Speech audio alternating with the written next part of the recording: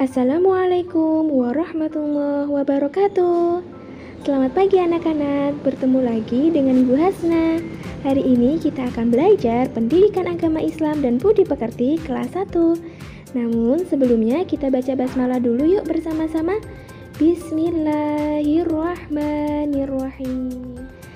Anak-anak, hari ini kita akan belajar pembelajaran kedua, yaitu ayo belajar Al-Quran. Anak-anak, Al-Quran merupakan kitab suci umat Islam. Kita sebagai umat Islam harus membaca dan mempelajari Al-Quran. Jadi, kita di rumah atau di sekolah atau di mana saja harus selalu belajar membaca Al-Quran ya. Bagaimana cara belajarnya? Bisa dengan orang tua di rumah, atau dengan bapak ibu guru di sekolah, atau bisa juga dengan guru TPA atau guru ngajinya ya. Anak-anak, membaca Al-Quran merupakan ibadah. Setiap membaca satu huruf dalam Al-Quran bernilai pahala. Maka dalam membaca Al-Quran harus benar, jelas, dan tartil. Tartil artinya membaca secara perlahan-lahan dan memperhatikan ilmu tajwid beserta harokatnya. Ilmu tajwid itu apa ya Bu Guru?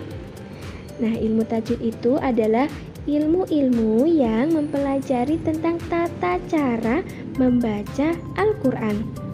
Nanti kita akan belajar lebih lanjut lagi ya di pertemuan berikutnya.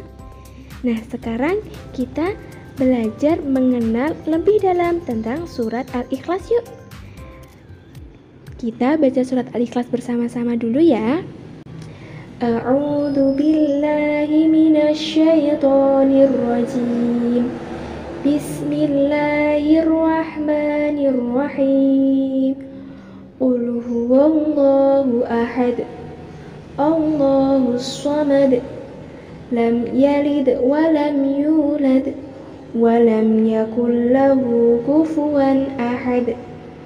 Shadaqallahul azim. Masya Allah, kalian hebat sekali ya. Sudah hafal, sudah bisa membaca surat Al-Ikhlas. Ditingkatkan ya. Anak-anak, surat Al-Ikhlas artinya memurnikan keesaan Allah Subhanahu wa Ta'ala. Surat Al-Ikhlas diturunkan di kota Mekah dan termasuk kelompok surat Makkiyah. Surat Al-Ikhlas merupakan surat ke-112 dan terdiri dari 4 ayat. Pahala membaca surat Al-Ikhlas senilai dengan membaca sepertiga Al-Quran. Jadi kalau kita belajar surat Al-Ikhlas, kita membaca surat Al-Ikhlas berkali-kali, itu kita berarti sama saja kita sudah membaca Al-Quran ya, kita sudah membaca seluruh Al-Quran. Jadi kita amalkan yuk membaca surat Al-Ikhlasnya. Selanjutnya kita akan membahas pesan yang terkandung dalam surat Al-Ikhlas. Yang pertama, surat Al-Ikhlas atau Al-Ikhlas artinya memurnikan keesaan Allah. Esa artinya satu atau tunggal. Allah itu hanya ada satu, tidak ada Tuhan selain Allah.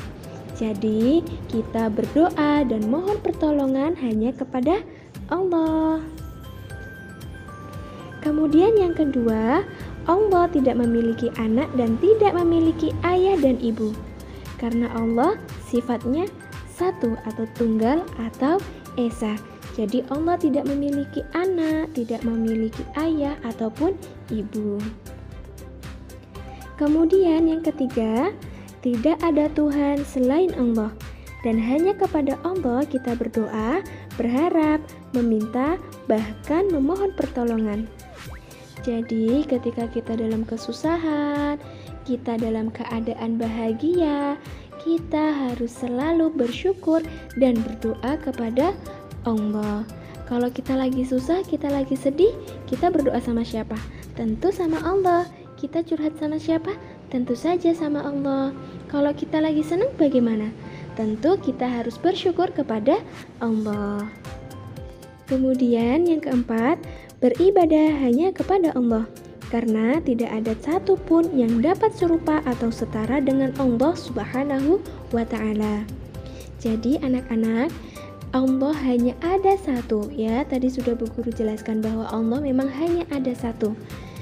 Allah lah yang memberikan kita segala kenikmatan yang dapat kita rasakan. Misalnya apa? Oksigen yang kita hirup setiap hari. Itu merupakan salah satu nikmat yang Allah berikan untuk kita. Jadi kita harus selalu bersyukur kepada Allah ya.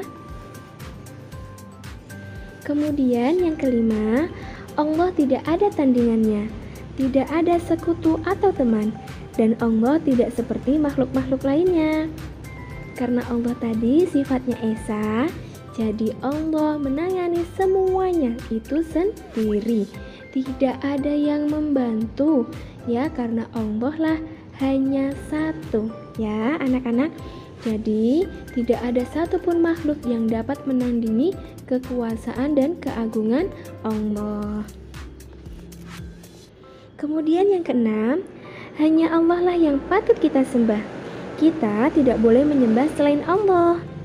Orang yang menyembah selain Allah akan mendapatkan dosa besar dan tentu akan masuk ke dalam api neraka. Masya Allah, mengerikan sekali ya.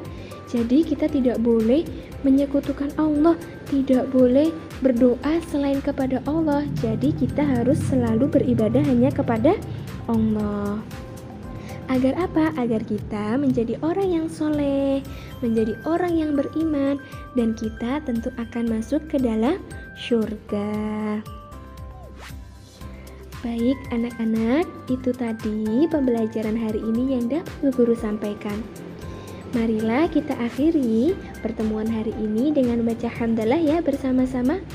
Alhamdulillahirabbil alamin. Cukup sekian dari Bu Hasna. Terima kasih ya. Wabillahi taufiq wal hidayah. Wassalamualaikum warahmatullahi wabarakatuh.